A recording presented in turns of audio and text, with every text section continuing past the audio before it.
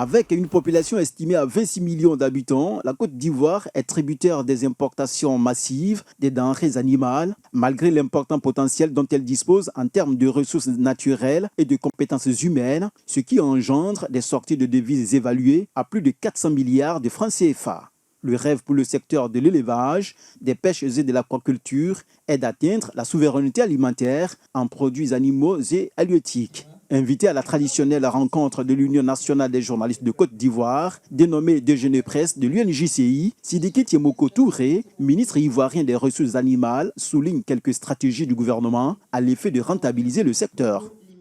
Ce qui concerne le poisson, dans les 2 prochaines années, nous soyons exportateurs de poissons et ceci est possible. Il y a une initiative qu'on appelle le plan stratégique de transformation du secteur aquacole qui doit être lancé dans quelques jours par le Premier ministre avec nous-mêmes, qui visera cet objectif en mettant les acteurs de la chaîne de valeur en ordre de bataille pour pouvoir relever le défi de la production d'alevins, de la transformation et de la mise sur le marché. Ainsi, l'ambition du gouvernement ivoirien est de réussir le pari du secteur des ressources animales et halieutiques, source de création de richesses, d'emplois décents pour une alimentation saine, nutritive et suffisante. L'objectif est ambitieux et nous comptons beaucoup sur le secteur privé parce que la ressource de 1049 milliards